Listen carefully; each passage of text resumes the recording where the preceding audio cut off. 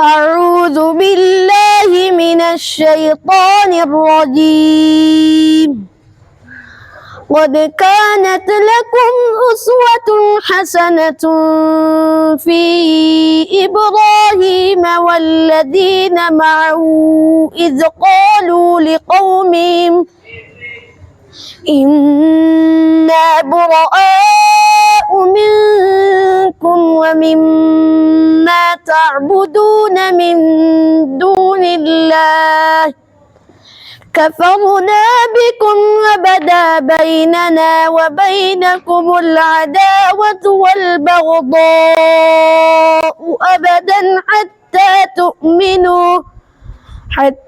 تؤمنوا بالله وحده إلا قول إبراهيم لأبيه لأستغفرن لك وما أملك لك من الله من شيء ربنا عليك توكلنا وإليك أنبنا وإليك المصير ربنا لا تجعلنا فتنة للذين كفروا واغفر لنا ربنا إنك أنت العزيز الحكيم.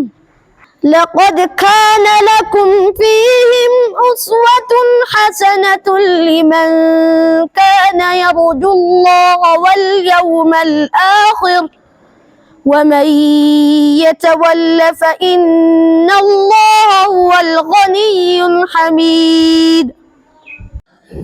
Khalid Sheikh Kadir sagalee bareedaadhaan Qur'aana nuuf qare. Masha Allah jedha. Rabbi galmaan isaa haa ga'u jedha. Aalima addunyaa ibsu Rabbi isaa haa taasisu jedha.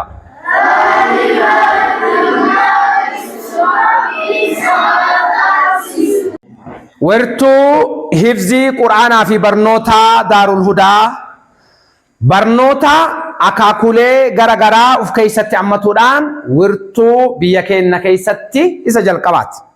Wirtuun kun magaalaa Shaashamannee keessatti yeroo ammaan tana barattoota 200 ol simatuudhaan barsiisuu irratti argama.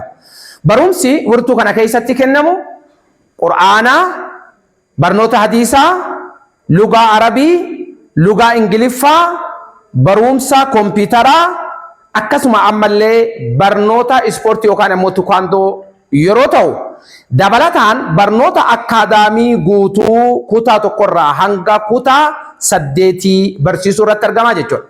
Kanaaf wirtuun kun wirtuu kallattiilee diinii fi duniyaa walitti qabatuudhaan biyya keenya keessatti dhaloota biyya tanaa fi biyyoota ni dhaalan jedhamanii abdii biyyaa ta'an oomishuu irratti argama. Alhamdulillahi Rabbil Aalamiin karoora keenyaa kan bara 2017 xumuruu irratti argamne. Carraa muraasa iddoo muraasa jirtu irratti barattoonni bara 2018 itti fufanii barumsa baratuu barbaadan.